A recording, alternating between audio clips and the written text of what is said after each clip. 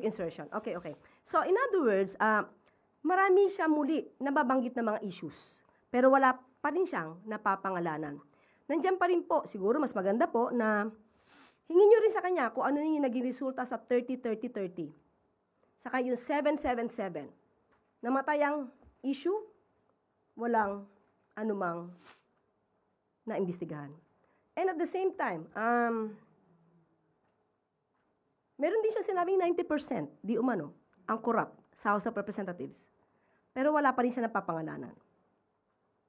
Maski na po, patungkol sa EJK, sinabi niya na alam niya na maraming pumatay lang para pumatay. At may report siya.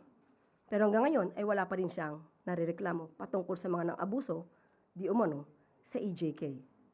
And maganda po sigurong ito mabanggit dahil nung siya tinanong naman patungkol sa impeachment trial na kinakapalooban or involving the Vice President, ang kanyang sinabi lamang ay, I would like to invoke my right to remain silent.